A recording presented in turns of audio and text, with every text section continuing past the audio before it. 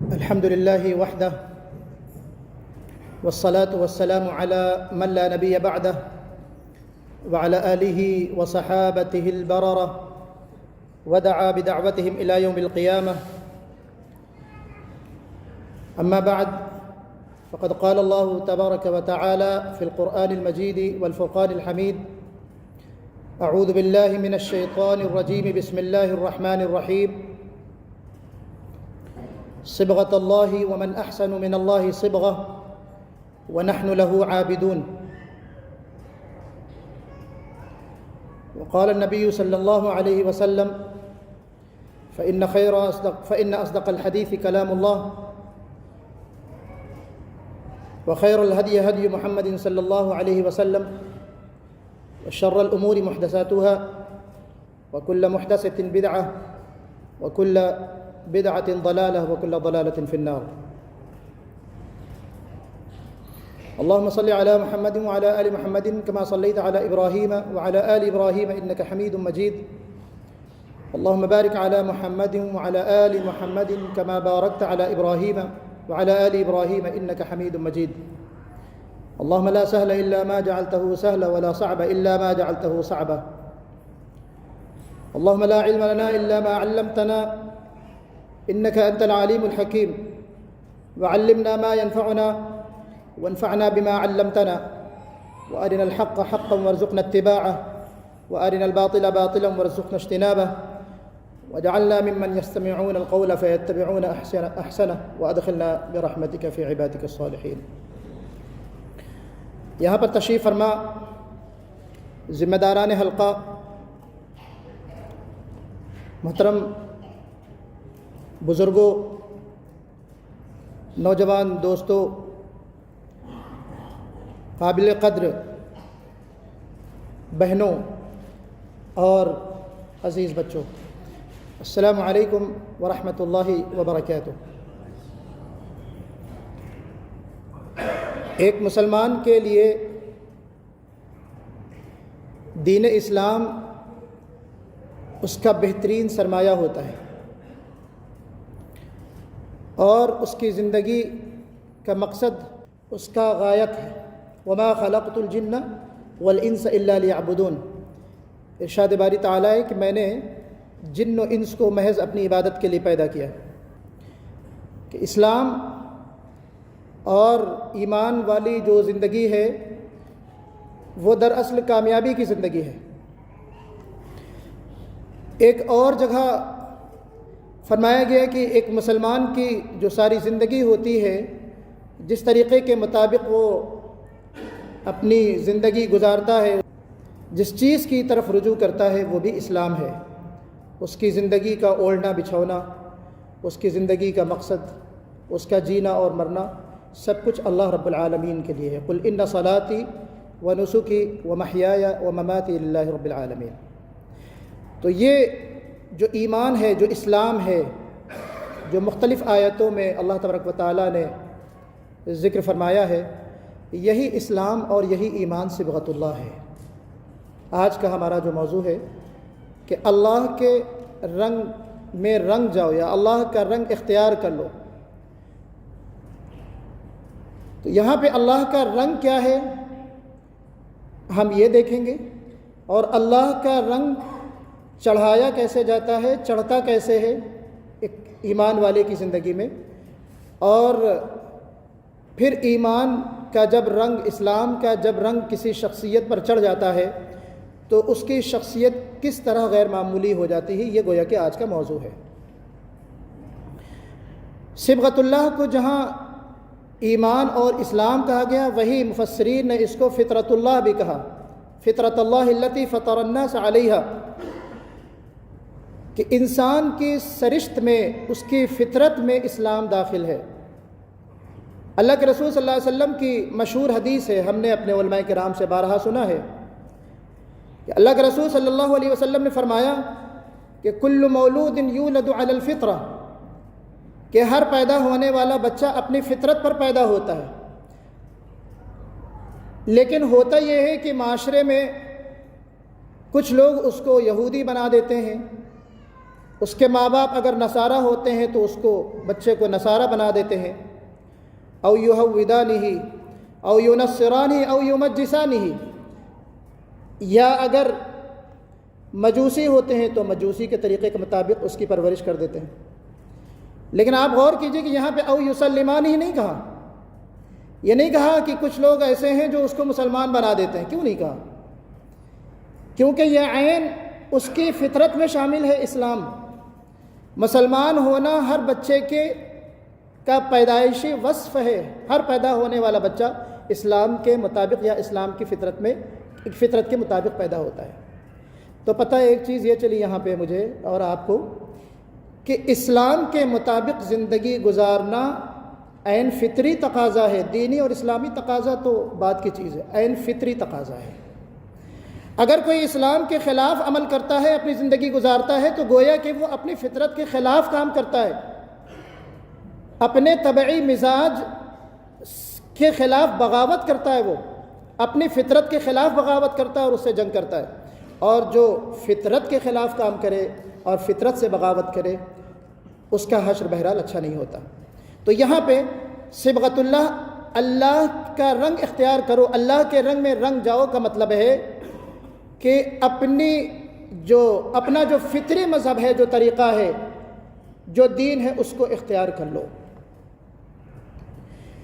صبغہ کیا چیز ہے عزیزان محترم؟ صبغہ معنی ہوتا ہے رنگ، وہ رنگ جو انسان اپنے ہاتھوں سے رنگتا ہے، کرتا ہے، وہ کلر۔ ایک وہ رنگ ہوتا ہے کہ ایک انسان ماں کے پیٹ سے لے کے آتا ہے، گورا ہے، کالا ہے، اس کو صبغ نہیں کہتے، اس کو لون کہتے ہیں، لون۔ اور صبغ کیا چیز ہے؟ جو رنگ خود انسان چڑھاتا ہے یا چڑھایا جاتا ہے۔ یہ رنگ جس کو صبغۃ اللہ کہا گیا، یہ معنوی بھی ہوتا ہے اور حسی بھی ہوتا ہے۔ ایک وہ رنگ ہوتا ہے جو ہم دیواروں میں، کپڑوں میں چڑھاتے ہیں، اور ایک وہ معنوی رنگ ہوتا ہے جو یہاں مراد ہے، یعنی کسی شخصیت کے اندر وہ رنگ چڑھ جائے تو اس کی شخصیت میں کیسے نکھار آتا ہے، ایک خاص مخصوص حیت اس کی بن جاتی ہے، اس کے اخلاق و کردار سے، کے معاملات سے، اس کی جو زندگی کے سارے معاملات ہیں، اس میں وہ رنگ گویا کہ نظر آتا ہے۔ تو یہ شخصیت کا رنگ ہے جس کو ہم معنوی رنگ کہہ سکتے ہیں۔ دیوار پہ اگر آپ رنگ کرواویں تو کیا ایسے الٹپ رنگریز یا جو کلر کرنے والا ہوتا ہے ایسے شروع کر دیتا ہے؟ نہیں نا، پہلے پرانا رنگ صاف کیا جاتا ہے، خراب رنگوں کو اور داغ دھبوں کو صاف کیا جاتا ہے، تب جا کے وہ صحیح کلر چڑھتا ہے دیوار کے اوپر۔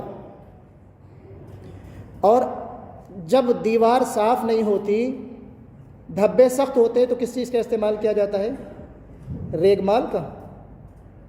تو اسی طریقے سے انسان کے، ہمارے اور آپ کے دلوں کو صبغۃ اللہ سے اگر ہمیں رنگنا ہے تو نفاق سے، بدعمالیوں سے اور گناہوں سے، فسق و فجور سے، لالچ سے، جو اس طرح کی برائیاں ہیں ان سے پہلے ہم کو صاف کرنا ہوگا۔ جو دلوں میں ہمارے داغ دھبے ہیں ان کو صاف کرنا ہوگا، تب جا کے وہ اصل رنگ چڑھتا ہے، تب جا کے ہمارا دل صبغۃ اللہ کہلائے گا، اللہ کے رنگ میں رنگا ہوا۔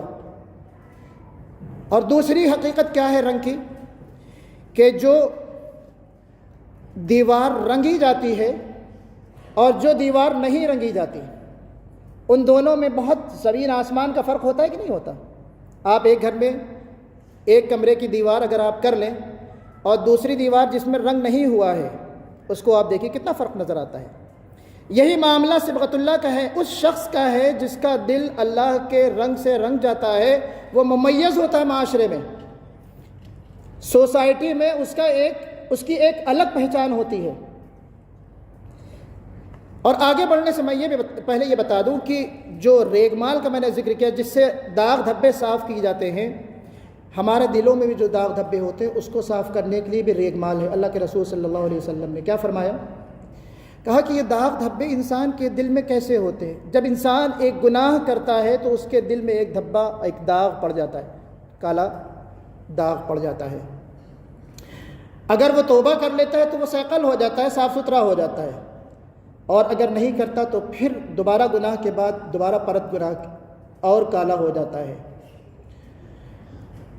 اور پھر کالا ہو جاتا ہے، اور اگر اسے توبہ کی توفیق نہیں ہوتی، اس زنگ کو صاف کرنے کی توفیق نہیں ہوتی، تو پھر ایک موقع ایسا آتا ہے کہ اللہ تعالیٰ فرماتے ہیں کہ ختم اللہ علی قلوبہم وعلی سمعہم وعلی ابصارہم غشاوہ، کہ اللہ تبارک و تعالیٰ ان کے دلوں پر، ایسے لوگوں کے دلوں پر مہر لگا دیتا ہے، ان کے کانوں، ان کی آنکھوں پر پردہ ڈال دیتا ہے۔ کذالک یطبع اللہ علی کل قلب متکبر جبار، کہ اللہ تبارک و تعالیٰ ہر متکبر، جبار اور سرکش کے دل پر کیا کر دیتا ہے؟ مہر لگا دیتا ہے۔ تو یہ مہر کیا چیز ہے؟ یہ زنگ، گناہوں کی جو آلائشیں ہیں چڑھتی رہتی ہیں، پرتیں چڑھتی رہتی ہیں، اور توبہ کی انسان کو توفیق نہیں ہوتی، زنگ کو، دل کے زنگ کو صاف کرنے کی توفیق یا اس کی طرف توجہ نہیں کرتا تو وہ پرتیں چڑھی جاتی ہیں۔ اللہ تعالیٰ اس سچویشن سے ہم سب کو دور رکھے اور محفوظ رکھے جس میں یہاں پہ ختم اور تب یہ کہا گیا کہ اللہ تبارک و تعالیٰ مہر لگا دیتا ہے۔ اللہ تعالیٰ ہمارے دلوں کو صاف فرمائے اور اپنے دلوں کو صاف کرنے کی ہمیں توفیق عطا فرمائے۔ جو قلب ہے اس کے زنگ آلود ہونے کی علامت یہ ہے کہ انسان کا دل اچھے کاموں میں نہیں لگتا، نیک کاموں کی طرف راغب نہیں ہوتا۔ اگر اس سے کوئی گناہ ہو جاتا ہے تو اس کو بہت زیادہ ندامت اور شرمندگی نہیں ہوتی۔ تو یہ ہمیں اپنی زندگی کا، اپنے دلوں کو ٹٹولنے کی ضرورت ہے، زندگی کا جائزہ لینے کی ضرورت ہے، سیلف اسسمنٹ، خود احتسابی، کہ اگر ہم سے کوئی گناہ ہو گیا ہے تو ہمارے اندر کس درجے کی ملامت ہے، ندامت ہے۔ گناہ کو یاد کر کے کبھی ہمارے آنکھوں میں آنسو آتے ہیں یا نہیں آتے؟ کوئی نیکی کا کام ہم سے چھوٹ جاتا ہے، کوئی دینی فریضے میں ہم سے چوک ہو جاتی ہے، کوئی کام ہمارے اوپر دینی لحاظ سے ذمہ داری ڈالی جاتی ہے اور ہم نہیں کرتے، تو کبھی ہمارے اندر احساس ہوتا ہے کہ یہ کام ہم نے غلط کیا ہے؟ کچھ ذمہ داریاں ایسی ہوتی ہیں جو اللہ تبارک و تعالیٰ نے انسان کی فطری طور سے پیدا کی ہیں، لیکن کچھ ذمہ داریاں ایسی ہوتی ہیں کہ جب انسان اس معاشرے میں رہتا ہے تو اس کے اوپر ذمہ داریاں ڈالی جاتی ہیں، تو ہم جس تحریک سے وابستہ ہیں یا جو کام ہم دین کی خدمت کے لیے لے کر اٹھے ہیں، ہم میں سے ہر شخص ذمہ دار ہے۔ اگر اس ذمہ داری میں کوتاہی ہوتی تو ہمارے دل میں تڑپ پیدا ہونی چاہیے کہ یہ غلطی ہم سے ہوئی ہے اور اس کی تلافی کی ہمیں کوشش کرنی چاہیے۔ تو یہاں پہ اللہ کے رسول صلی اللہ علیہ وسلم نے فرمایا کہ سینے کی تنگی کو دور کیسے کیا جا سکتا ہے؟ اللہ کے رسول سے پوچھا گیا وما جلاؤہا، کہ اس کو دور کیسے کر سکتے ہیں؟ فرمایا کثرت ذکر الموت و تلاوت القرآن، کہ موت کو کثرت سے یاد کرنا اور قرآن کی تلاوت کثرت سے کرنا۔ اللہ کی یاد، قرآن پاک کی تلاوت، یہ وہ چیزیں ہیں جو دلوں کے زنگ کو دور کرتی ہیں، اور جب دلوں کا زنگ دور ہو جاتا ہے تو پھر انسان کا، اہل ایمان کا جو دل ہے وہ صبغت اللہ کے رنگ سے مزین ہوتا ہے اور وہ صاف ستھرا دل ہوتا ہے۔ یہی تو ہے وَنَحْنُ لَهُ مُخْلِصُونَ، کہ ہم اسی کے لیے خالص ہیں۔ خالص کا کیا مطلب ہے؟ یعنی تمام آلائشوں سے، تمام برائیوں سے اور تمام گندی چیزوں سے اپنے دلوں کو صاف کرنا، یہی اخلاص۔ اگلی آیت میں جو ہے وَنَحْنُ لَهُ مُخْلِصُونَ، کہ ہم اللہ کے لیے مخلص ہیں۔ یہی تو ہے حنیفیت، جس کو ابراہیم علیہ السلام کی صفت کے طور پہ بیان کیا گیا۔ تو یہاں پہ ہماری اپنی جو زندگی ہے ملاوٹی، کبھی یہ طریقہ اختیار کر لیا، کبھی وہ طریقہ اختیار کر لیا، جسے علامہ اقبال نے کہا نا کہ وضع میں تم ہو نصارہ تو تمدن میں ہنود، وضع میں تم ہو نصارہ تو تمدن میں ہنود، یہ مسلمہ ہیں جنہیں دیکھ کے شرمائیں یہود، یوں تو سید بھی ہو، مرزا بھی ہو، افغان بھی ہو، تم سبھی کچھ ہو، بتاؤ تو مسلمان بھی ہو۔ یہ ہماری زندگی کا حال ہے، یہ حقیقت ہے کہ ہماری زندگی جو اصل اسلامی اور دینی زندگی ہونا چاہیے، شعور کی زندگی ہونی چاہیے، اس کی بہرحال ہمارے اندر کمی ہے، اس کو اپنے اندر پیدا کرنے کی ضرورت ہے۔ صبغت اللہ کا جب رنگ انسان کی شخصیت پر چڑھ جاتا ہے تو اس کے اندر تبدیلی آنا لازمی ہے۔ ہم دنیاوی طور سے دیکھیں، اگر کسی شخص کو کوئی چیز مل جاتی ہے، اس کے اندر تبدیلی آتی ہے، کوئی عہدہ مل جائے، کوئی منصب مل جائے، تو وہ اس کی جو تبدیلی ہے وہ ایک نوٹیسیبل تبدیلی ہو جاتی ہے، لوگ جان جاتے ہیں کوئی بڑا آدمی بن گیا۔ کسی کی شادی ہو جائے، کوئی باپ بن جائے، تو اس کا بھی ایک انداز بدل جاتا ہے نا۔ اور کوئی بڑا علم والا ہو تو دوسروں کو بھی ڈیگریڈ کرنے لگتا ہے نا۔ یہ ساری تبدیلیاں ہم اپنے معاشرے میں دیکھتے ہیں، لیکن جب اللہ کا رنگ، صبغت اللہ کا رنگ ایک انسان کے دل میں داخل ہو جاتا ہے، اب اللہ کا رنگ جب چڑھ جاتا ہے اس کے اوپر، تو بھی اس کی شخصیت بدلنی چاہیے کہ نہیں بدلنی چاہیے؟ جب انسان دنیا میں بدل جاتا ہے تو اللہ کا جو رنگ ہے، جو ومن احسن من اللہ صبغہ، سب سے بہتر رنگ ہے، تو اس رنگ کے چڑھنے کا اثر انسان کی زندگی پر پڑنا چاہیے یا نہیں پڑنا چاہیے؟ یہ بھی ہمیں اپنا جائزہ لینے کی ضرورت ہے کہ آیا ہمارا جو دل ہے اس پہ صبغت اللہ کا رنگ آیا ہے یا نہیں۔ یہ بھی ہمیں اپنا جائزہ لینے کی ضرورت ہے۔ اب ہم یہ دیکھتے ہیں کہ جس کے اوپر صبغت اللہ یعنی اللہ کا رنگ چڑھ جاتا ہے، جس طریقے سے میں نے مثال دی ایک دیوار کی، تو یہ ظاہری چیز ہے کہ اس کا ایک جیسے دیوار ممیز ہے، الگ ہے دوسری دیواروں سے، نمایاں ہو کے اچھی نظر آتی ہے، اسی طریقے سے جس شخص کا دل صبغت اللہ سے رنگ جاتا ہے وہ بھی معاشرے میں پہچانا جاتا ہے، نوٹیسیبل شخصیت ہوتی ہے اس کی کہ یہ ہے ایمان والا، اس کی گفتگو، اس کی چال ڈھال، اس کا تواضع، اس کی انکساری ہے نا، بات کرنے کا اسلوب ہے نا، یہ جو ساری چیزیں ظاہری چیزیں، اور اس کی ظاہری وضاقتہ، اس کی لباس، اذان ہو گئی تو مسجد کی طرف بھاگ رہا ہے، کوئی مصیبت میں ہے تو اس کی مدد کر رہا ہے، کوئی غلط کام ہوتا دیکھ رہا ہے تو اس کو روک رہا ہے، کوئی اچھی بات اس کو پتہ چلتی ہے تو اس کو فوراً دوسروں تک منتقل کر رہا ہے۔ تو یہ انسان کی جو تبدیلی ہونی چاہیے یا ہوتی ہے صبغت اللہ کے رنگ میں رنگ جانے کے بعد، یہ ظاہری تبدیلی انسان کے اندر آنی چاہیے یا آتی ہے۔ اور ایک تبدیلی اس طرح کی ہوتی ہے جس کو ہم باطنی تبدیلی کہتے ہیں۔ ایک اصل جو چیز ہے وہ اندرون ہے، انسان کا جو دل ہے اس کے اندر بھی تبدیلی کس طرح آتی ہے؟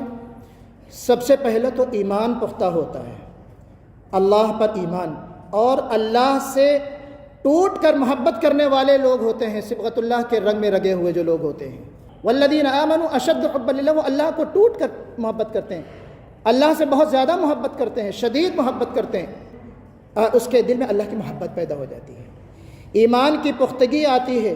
اور جیسا کہ میں نے عرض کیا پچھلی آیتوں کی روشنی میں کہ ان کا ایمان تعصب سے پاک اور فرقہ بندی سے پاک اور جاہلانہ روایات سے دور، پھر اللہ سے محبت کے بعد نبی کریم صلی اللہ علیہ وسلم سے محبت، یہ بھی صبغت اللہ کا عین تقاضا ہے یا اس کا لازمی اثر ہے۔ اگر صبغت اللہ کے رنگ میں انسان رنگتا ہے اپنے دل کو تو اس کے دل میں نبی کریم صلی اللہ علیہ وسلم سے بھی سچی محبت ہونی چاہیے، اللہ کے رسول صلی اللہ علیہ وسلم سے ظاہری محبت بھی اور باطنی محبت بھی۔ اللہ کے رسول سے صحابہ کرام نے ظاہری محبت بھی کی اور باطنی محبت بھی کی۔ ہم جو ظاہری محبت کرتے ہیں اور صحابہ کرام نے جو ظاہری محبت کی ہے، زمین آسمان کا فرق ہے، انوکھی محبت تھی۔ حضرت سواد بن عزیہ کا قصہ شاید آپ نے سنا ہو، مشہور صحابی ہے، جنگ بدر کا موقع ہے،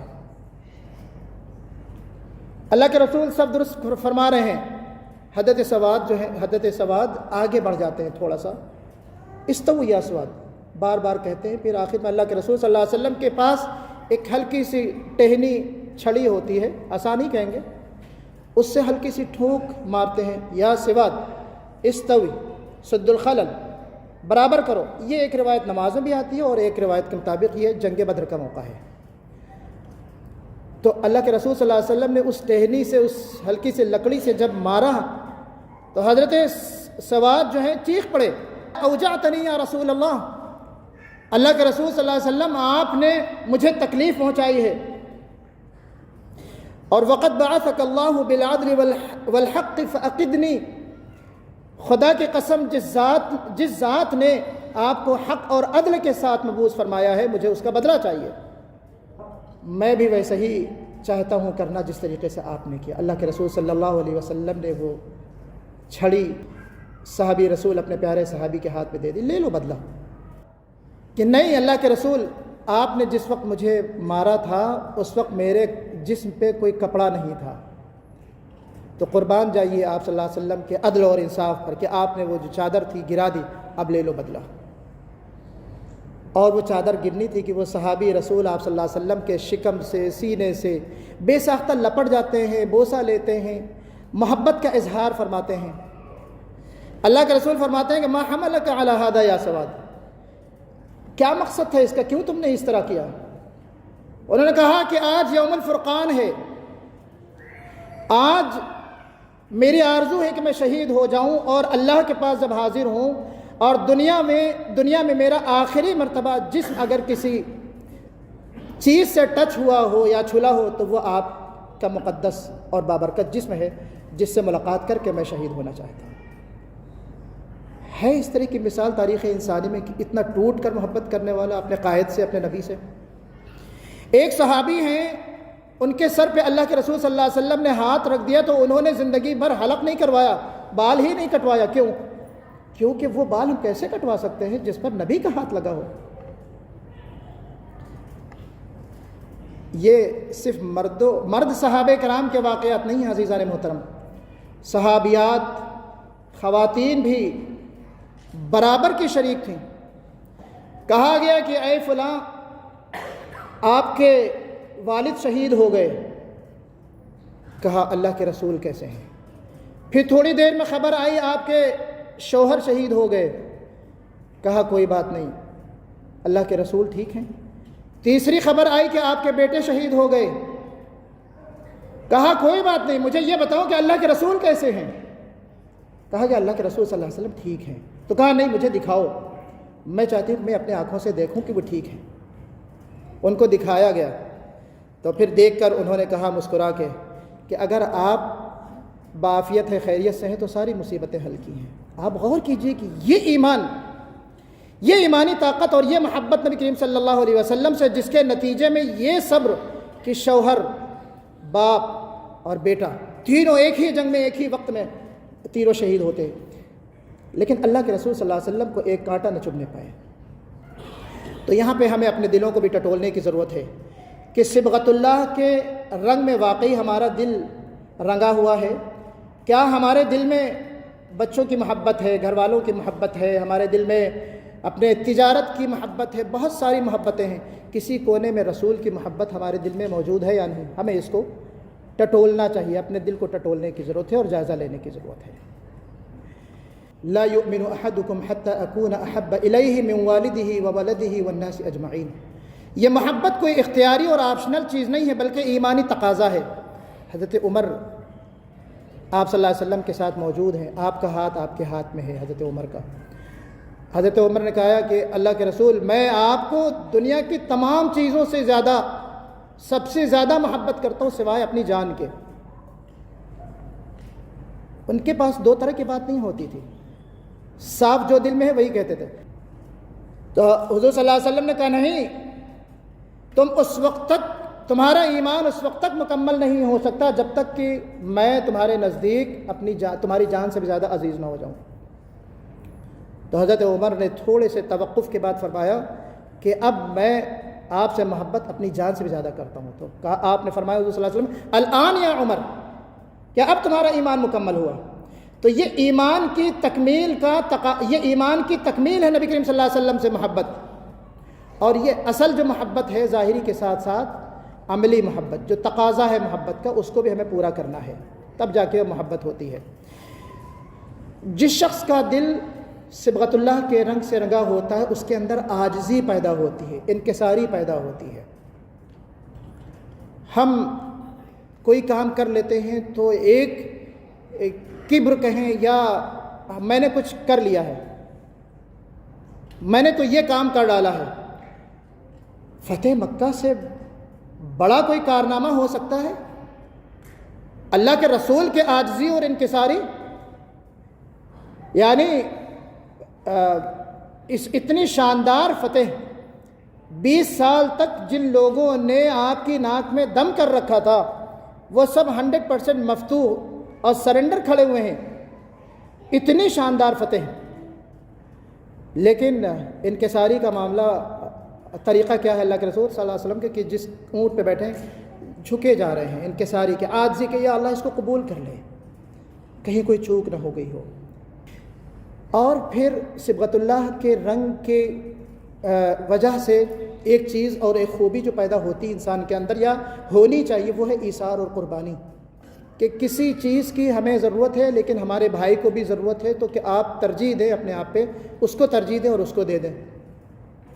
وَيُؤْثِرُونَ عَلَىٰ أَنفُسِهِمْ وَلَوْ كَانَ بِهِمْ خَصَاصَةٌ۔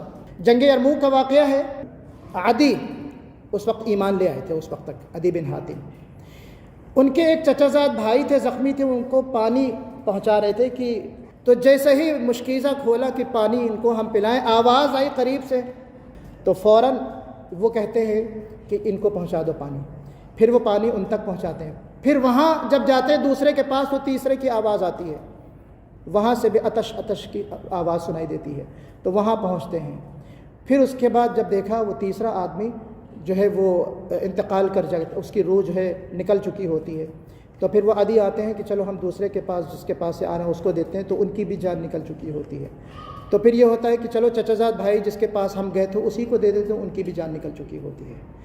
یہ ایثار، یہ قربانی کے عین جاکنی کا موقع ہے، ایسا موقع ہے کہ پانی تھوڑی دیر نہ ملنے کے بعد ان کی جان چلی گئی، ایسے موقع پہ بھی ایثار اور قربانی، ایک دوسرے کو، اپنے اوپر دوسروں کو ترجیح دینا۔ تو یہاں پہ یہ جو چیز ہے ایثار کی بات، یہ بھی ہمارے اور آپ کے اندر پیدا ہونی چاہیے، صبغت اللہ کے رنگ کا جو تقاضا ہے یا اس کا جو اثر ہے ہمارے اندر پیدا ہونا چاہیے۔ یہ تو انسان کے اپنی انفرادی شخصیت سے اس کا تعلق ہے۔ کچھ چیزیں ہوتی ہیں صبغت اللہ کا رنگ سوسائٹی پہ بھی اس کا اثر پڑتا ہے، جس کو ہم صبغہ جماعیہ کہہ سکتے ہیں۔ معاشرے میں بھی صبغت اللہ کا اثر کیا ہوتا ہے کہ جو شخص صبغت اللہ کے رنگ میں، اللہ کے رنگ میں رنگ جاتا ہے، وہ اس کے اندر اخوت، آپسی تعاون، بھائی چارہ، اس طرح کی خوبیاں پیدا ہوتی ہیں۔ تعاون علی البر والتقوی جس کو کہا گیا، انما المؤمنون اخوہ کہا گیا، المسلم اخو المسلم لا یظلمہ ولا یخذلہ ولا یحقرہ۔ آج ہم نے خطبے میں سنا کہ مسلمان جس کا دل پاک صاف ہوتا ہے، اس کے دل میں اخوت اور محبت پیدا ہوتی ہے، وہ اپنے مسلمان بھائی کو ظلم کے حوالے نہیں کر کے چھوڑاتا، وہ اپنے مسلمان کو بیار و مددگار نہیں چھوڑتا، وہ اپنے مسلمان بھائی کو حقیر نہیں سمجھتا، اس کی تذلیل نہیں کرتا۔ یہ ہے خوبی، یہ ہے اجتماعی یا معاشرے میں جو فرق پڑتا ہے۔ اور پھر یہیں سے آپ دیکھیے کہ اس کے اندر یہ تبدیلی واقع ہوتی ہے کہ وہ یہ چاہتا ہے کہ جو رنگ میرے دل پر چڑھا ہوا ہے وہ رنگ ہم دوسروں تک بھی منتقل کریں، اس کی بھی کوشش کرتا ہے وہ۔ یعنی اللہ والے ہم بن گئے ہیں تو دوسروں کو بھی اللہ والے ہم بنائیں۔ جس ایمان پر عمل کر کے ہمارا دل صاف ستھرا ہوا، صبغت اللہ ہوا، اس ایمان کی دعوت دوسروں کو بھی ہم دیں۔ اس کو کیا کہا گیا؟ کنتم خیر امت اخرجت للناس تأمرون بالمعروف وتنہون عن المنکر، کہ جس کا دل صبغت اللہ سے رنگا ہوا ہوتا ہے۔ 4 منٹ میں ختم ہو جائے گی گفتگو انشاءاللہ، مجھے کاغذ ملا 4 منٹ کا۔ تو یہاں صبغت اللہ کے رنگ میں جو رنگا ہوا دل ہوتا ہے، وہ یہ چاہتا ہے کہ یہ جو ایمان کی دولت ہے، اسلام کی وجہ سے جو اس کی شخصیت میں تبدیلی آئی ہے، پورا معاشرہ ویسے ہی ہو جائے۔ یہ اس کی فکر اور اس کی زندگی کا ایک حصہ ہو جاتا ہے، دعوت دین، اور اسی وجہ سے وہ بہترین امت، بہترین فرد قرار پاتا ہے، جس کو ہم خیر امت کہتے ہیں۔ تو خیر امت ہونے کا تقاضا یہ ہے کہ آپ بھلائی کا حکم لوگوں کو دیں اور برائی سے روکیں۔ المؤمنون والمؤمنات بعضهم اولیاء بعض، ایک دوسرے کے دوست ہیں۔ اور پھر دوست ہونے کا کیوں دوست ہیں، تقاضا کیا ہے؟ یأمرون بالمعروف وینہون عن المنکر ویقیمون الصلاة ویؤتون الزکاة ویطیعون اللہ ورسولہ، کہ اخوت کا تقاضا یہ ہے، اخوت باہمی کا تقاضا یہ ہے، دین اسلام کا تقاضا یہ ہے کہ جس اسلام کے ہم پیروکار ہیں اس اسلام کو ہم دوسروں تک پہنچائیں، کہ یہ ایک دوسرے کے بھائی ہیں، آپس میں ایک دوسرے کو بھلائی کی طرف بلاتے ہیں، نماز قائم کرتے ہیں، اقامت صلاۃ ہے، نماز پڑھتے نہیں ہیں بلکہ نماز کو قائم کرتے ہیں۔ پھر اس کے بعد آخر میں وَيُطِيعُونَ اللَّهَ وَرَسُولَهُ، حالانکہ اللہ کی اطاعت کا مرحلہ تو سب سے پہلے ہونا چاہیے۔ سورہ آل عمران نے فرمایا کہ تم خیر امت ہو، بھلائی کی طرف بلاتے ہو، برائی سے روکتے ہو، اور آخر میں کیا کہا وَتُؤْمِنُونَ بِاللَّهِ، کیوں آخر میں ایمان کا جو مرتبہ ہے، جو مقام ہے، وہ تو سب سے پہلے ہونا چاہیے؟ کیوں ایسا کہا گیا؟ اہل ایمان کی زندگی کا جو مقصد اول ہے، جو اس کا طرۂ امتیاز ہے، اس کا ایک خاص وصف ہے، زندگی کا جو اعلیٰ اور اول مقصد اور نصب العین ہے، وہ کیا ہے؟ امر بالمعروف نہی عن المنکر، کہ یہ جو دین ہے، یہ جو اسلام ہے، خوبصورت فطری مذہب جو ہے، جس کے مطابق زندگی گزار کر انسان کی زندگی دنیا میں بھی خوشنما ہوتی ہے اور اخروی سرخروئی بھی اس کو حاصل ہوتی ہے، تو یہ جو دین ہے، یہ اسلام دوسروں تک پہنچ جائے۔ تو ایک شخص جب اس کا دل صبغت اللہ کے رنگ سے رنگ جاتا ہے تو اس کے اندر وہ سوسائٹی کے لیے بھی فائدہ مند بن جاتا ہے، خیر امت کا ایک بہترین فرد بن جاتا ہے وہ۔ تو یہاں ہمیں یہ دیکھنا ہے کہ یہ جو استعارہ ہے، یہ جو تشبیہ ہے، جس میں کہا گیا کہ ہمیں اللہ کا رنگ اختیار کرو، ہمیں اپنا جائزہ لینے کی ضرورت ہے کہ ہمارے دل میں بہت سارے رنگ ہیں، بہت ساری چیزیں ہیں، بہت ساری آلائشیں ہیں۔ اللہ کا جو رنگ ہے، رب سے جو محبت ہے، نبی سے جو محبت ہونی چاہیے، وہ کہاں ہے اور کس درجے ہے؟ اس کا جائزہ سب سے پہلے میں اپنے آپ سے مخاطب ہوں، اور پھر آپ کو بھی جائزہ لینے کی ضرورت ہے۔ خود احتسابی سیلف اسسمنٹ، ہم ایک چھوٹا سا بزنس بھی کرتے ہیں، چھوٹا سا کام کرتے ہیں تو رات میں اس کا حساب لیتے ہیں، ہمیں اپنی زندگی کا بھی حساب لینا ہے۔ سوتے وقت آنکھ بند کر کے 5 منٹ سوچنا ہے کہ صبح سے لے کے ابھی تک ہم نے جو وقت گزارا ہے وہ کتنا وقت اللہ اور اللہ کے رسول کے مرضی والا وقت گزارا ہے اور کتنا وقت ہم نے ناراضگی والا گزارا ہے۔ ہمیں جائزہ لینا چاہیے ہر رات۔ اگر اچھا وقت گزرا ہے تو اللہ کا شکر ادا کرنا چاہیے، اور برا وقت گزرا ہے تو توبہ کرنا چاہیے اور دعا کرنا چاہیے، اللہ تعالیٰ اگر تو نے صبح زندہ رکھا صبح تک اور دوسرا دن میسر آیا تو یہ غلطی اور یہ گناہ نہیں ہوگا۔ تو اس احساس کے ساتھ، اس شعور کے ساتھ، اس ادراک کے ساتھ، اس فکر کے ساتھ اور اس ایمانی جذبے کے ساتھ ہمیں اپنی زندگی گزارنا چاہیے۔ اس کے لیے ہمیں اللہ سے دعا بھی کرنا چاہیے، کوشش بھی کرنا چاہیے۔ اللہ تعالیٰ سے دعا ہے کہ ہمیں اور آپ کو، تمام مسلمانوں کو دین کا سچا داعی بھی بنائے اور ان کے ذریعے سے دوسرے لوگوں کو فائدہ بھی ہو، اور ان اہل ایمان سے پوری جو دنیا ہے اس کو روشن فرمائے۔ جو اس وقت غزہ میں یا فلسطین میں جو لوگ اللہ کے دین کے لیے لڑ رہے ہیں، مسجد اقصیٰ کی بازیابی کے لیے لڑ رہے ہیں، اپنی جانوں کو قربان کر رہے ہیں، ہمیں اپنی دعاؤں میں ان کو بھی یاد رکھنا چاہیے کہ اللہ تبارک و تعالیٰ ان کی قربانیوں کو، ان کی شہادتوں کو قبول فرمائے، اور دوسرے لوگوں کو بھی توفیق دے کہ اس فرض کفایہ جو ادا کر رہے ہیں ان کا ہم ساتھ دیں اور ان کی ہم مدد کریں۔ کم از کم فی الحال جو ہم کر سکتے ہیں اپنی دعاؤں میں ہم ان کو یاد رکھیں۔ اللہ تعالیٰ سے دعا ہے کہ مجھے اور آپ سب کو کہنے سننے زیادہ عمل کرنے کی توفیق عطا فرمائے۔ اقول قولی ھذا فاستغفر اللہ لی ولکم اجمعین واستغفروہ انہ هو الغفور الرحیم، وآخر دعوانا الحمد للہ رب العالمین۔